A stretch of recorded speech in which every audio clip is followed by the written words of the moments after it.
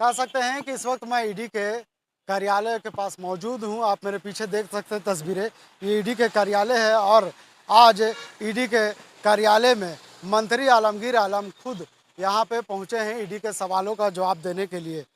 मामला है कैश कांड से जुड़ा हुआ संजीव लाल से। हम आपको बता दें कि ईडी के अधिकारियों ने 12 तारीख को मंत्री आलमगीर आलम को एक सम्मन भेजकर उसे आज 14 तारीख को अपने कार्यालय में बुलाया था पूछताछ करने के लिए। तो झारखंड के ग्रामीण विकास मंत्री आलमगीर आलम आज ईडी के कार्यालय पहुंच चुके हैं, जहां ईडी के अधिकारी उनसे पूछताछ करेंगे। बताते चले कि आलमगीर आलम को ईडी ने 12 मई को सम्मन भेजा था और कहा था कि मंत्री को अपने साथ आय व्यय और संपत्ति से संबंधित आवश्यक कागजात लेकर आने का भी निर्देश दिया था। मंत्री के जो सहायक सचिव थे संजीव लाल और उनके नौकर जहांगीर आलम के घर से लगभग 35 करोड़ रुपये की बरामदगी के मामले में ईडी आज इनसे पूछताछ करेंगे। समय एक दिन मिला है, हाँ, जितना हो सके हम लेकर आए। हम कानून मानने वाले हैं, इसलिए हम। आलमगीर जी, ये लोग पहले से जो लोग हैं उनके बारे में कहा जा रहा है कि आप आपस में बिठा कर आमने सामने कुछ करें, वो तो वो उनके लिए उनका जो है जो भी उनका ये रहेगा आप जवाब देंगे। जो पैसे मिले थे उसमें कुछ क्या कहना है इसमें? आपके विभाग से जुड़ा हुआ जो इधर से कानून मानने वाले हैं। लगातार कहा जा रहा है ये लोग पहले जो लोग हैं उनके बारे में कहा जा रहा है कि आप आपस में तैयार है आप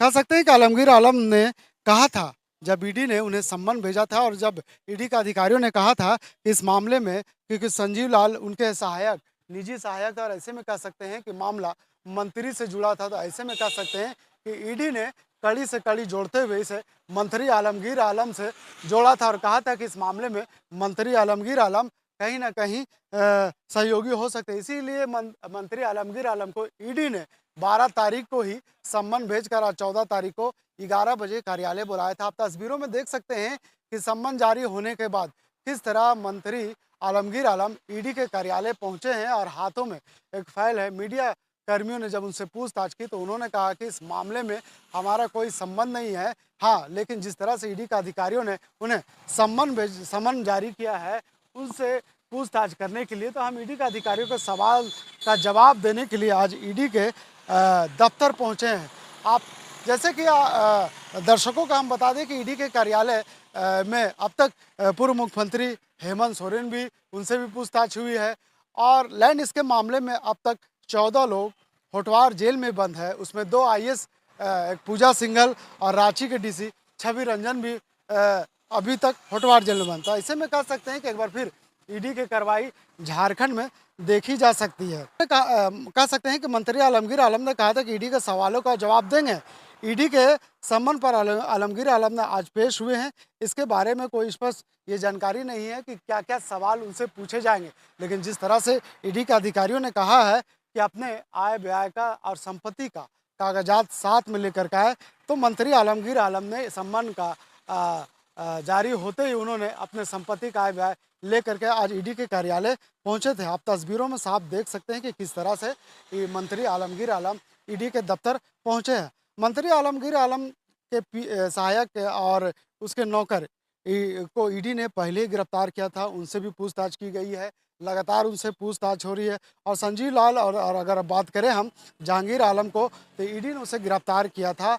मामला जुड़ा हुआ था ग्रामीण विकास से और ग्रामीण विकास मामले में वीरेंद्र राम से जुड़ा हुआ था और इसमें ईडी अपनी कार्रवाई कर रही थी और कार्रवाई के दौरान ईडी को पता चला था कि एक संजीव लाल के जो नौकर है जहांगीर आलम, वहाँ जब ईडी ने पूछताछ की, जब छानबीन की, तो उनके आवास से लगभग 35 से 36 करोड़ रुपये बरामद हुए थे और वहाँ पे कई मशीनें मंगाए गए थे। ऐसे में कह सकते हैं कि एक तरफ जहां देश में चुनाव चल रहा है, झारखंड में चुनाव चल रहा है, प्रथम चरण का मतदान हुआ है और मंत्री आलमगीर आलम पाकुड़ में थे। ऐसे में कह सकते हैं कि जब मंत्री आलमगीर आलम को सम्मन जारी हुआ तो कहीं ना कहीं अपने चुनावी अभियान को छोड़ करके सीधे आज रांची पहुंचे हैं और रांची पहुंचकर ईडी कार्यालय में ईडी के अधिकारियों का सवालों का जवाब दे रहे हैं। आप देख सकते हैं तस्वीरों में कि किस तरह से मंत्री आलमगीर आलम अपने हाथों में फाइल लेकर के सीधे ईडी के दफ्तर के अंदर जा रहे हैं।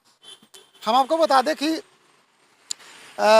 जो वीरेंद्र राम, जो ग्रामीण विकास विभाग में एक इंजीनियर के पद पे थे, मामला उससे जुड़ा था। 10,000 का मामला सीधे 40 करोड़ में जाकर के पहुंचा है। ऐसे में कह सकते हैं कि ये ईडी के लिए बड़ी कामयाबी मानी जा रही है। एक तरफ जहां विपक्ष इसे कहीं ना कहीं कह सकते हैं कि अवैध कमाई का मामला बता रहे, तो वहीं दूसरी तरफ सत्ता पक्ष की बात करें तो उन्होंने ईडी के कार्रवाई के पीछे बीजेपी का आरोप लगाते हुए नजर आ रहा है। हम आपको बता दें कि झारखंड के निलंबित मुख्य अभियंता वीरेंद्र राम से ये भ्रष्टाचार का मामला जुड़ा हुआ था। इस मामले में ईडी की बात करें तो अपने तथ्य को जोड़ रहे थे, जिसके आधार पर ईडी ने आलमगीर आलम को सम्मन जारी कर 14 मई को बुलाया है। कह सकते हैं कि 14 मई काफ़ी महत्वपूर्ण दिन माना जा रहा है, खास करके विपक्ष के लिए, खास करके ईडी के लिए। लेकिन सत्ता पक्ष में नाराजगी देखी जा सकती है, क्योंकि देश में चुनाव चल रहा है, झारखंड में भी चुनाव चल रहा है। और ऐसे में कह सकते हैं कि आलमगीर आलम कांग्रेस के एक स्टार प्रचारक है, और इस दौरान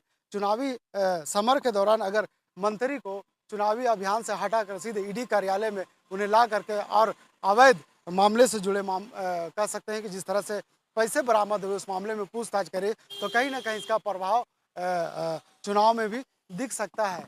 हम कह सकते हैं कि जिस तरह से मंत्री आलमगीर आलम अंदर गए हैं, उनसे ईडी का अधिकारी लगातार सवाल कर रहे हैं, और अभी तो अंदर गए हैं। हम कह सकते हैं कि मामला 5 से 7 घंटा तक हो सकता है कि ईडी का अधिकारी पूछ सकते हैं, क्योंकि मामला 2023 से जुड़ा हुआ है। 2023 में उस संबंध में जितने लोग इस ईडी के रडार में मौजूद है, उन सवालों का पहले से ईडी ने फहरिस्त अपने तैयार कर रखे हैं। कह सकते हैं कि 200 पन्ने का इन्होंने सवाल को तैयार कर रखा है, और उसी सवालों में ईडी के अधिकारी मंत्री आलमगीर आलम से सवाल करेंगे और ये प्रयास करेंगे कि इस मामला में मंत्री आलमगीर आलम का हाथ है कि नहीं, ये जानने की कोशिश करेंगे। फिलहाल अब ईडी का अधिकारी पूछताछ कर रहे हैं, कब तक ईडी का अधिकारी उनसे पूछताछ करेंगे ये तो देखने वाली बात होगी। लेकिन जिस तरह से मंत्री आलमगीर आलम आज ईडी के दफ्तर आए, कहीं ना कहीं ये संभावना जताया जा रहा है कि अब कार्रवाई के बाद, पूछताछ करने के बाद क्या मंत्री आलमगीर आलम को ईडी का अधिकारी इसमें दोषी पाते हैं या फिर ये निर्दोष बाहर निकलते हैं, ये तो आने वाला वक्त बताएगा। लेकिन जिस तरह से हम आपको बता दें कि पिछले लैंड स्कैम मामले में या अवैध उत्खनन मामले में आपने देखा था कि किस तरह से पूर्व मुख्यमंत्री हेमंत सोरेन को ईडी के अधिकारियों ने उनसे पूछताछ की थी। उसके बाद अवैध उत्खनन में भी उससे पहले भी पूछताछ की थी। हम कह सकते हैं पूर्व मुख्यमंत्री के जो उनका विधायक प्रतिनिधि पंकज मिश्रा से भी पूछताछ हुई थी। तो ऐसे में कह सकते हैं कि लगातार ईडी की कार्रवाई सत्ता पक्ष के नेताओं के ऊपर और अधिकारियों के ऊपर लगातार दबिश बनाए जा रहे हैं पूछताछ करने के लिए। अब मामला एक बार फिर से ये करप्शन का है, भ्रष्टाचार का है, और इसमें कहीं ना कहीं संलिप्तता ईडी को ये मान के चल रही है कि जो करप्शन में जो रुपये बरामद हुए हैं, इस रुपये में कहीं ना कहीं मंत्री आलमगीर आलम का हाथ हो सकता है। इसलिए मंत्री आलमगीर आलम को ईडी ने 12 तारीख को सम्मन भेजा था। उसके बाद आज 14 तारीख है और 14 तारीख को मंत्री आलमगीर आलम को बुलाया था पूछताछ करने के लिए, और इसी सम्मन के बाद मंत्री आलमगीर आलम इस कार्यालय में पहुंचे जवाब देने के लिए। आपको बता दें कि 6 मई को जब भ्रष्टाचार के मामले में ईडी कार्रवाई कर रही थी, जांच कर रही थी, उसी दौरान ईडी को उनके जो निजी सहायक है संजीव लाल, और संजीव लाल के जो नौकर है प्राइवेट आवास में, उन्होंने किराए पर मकान ले रखा था। उस आवास से 35 से 36 लाख रुपए बरामद हुए थे। उस मामले में कहीं ना कहीं ईडी जांच कर रही है। अब उस जांच को आगे बढ़ाते हुए एक बार फिर से मंत्री आलमगीर आलम को 12 तारीख को सम्मन भेजा था। उस सम्मन की कार्रवाई करते हुए 14 तारीख को बुलाया था, और यही वजह है कि मंत्री आलमगीर आलम पेपरों का, कागजों का फहरिस्त के साथ ईडी कार्यालय पहुंचे और उनसे अंदर पूछताछ हो रही है। अब देखने वाली बात होगी कि कितने देर तक मंत्री आलमगीर आलम से ईडी का अधिकारी पूछताछ कर सकते हैं। अपने सहयोगी फैज के साथ मैं नौशाद, कोयलांचल संवाद, रांची।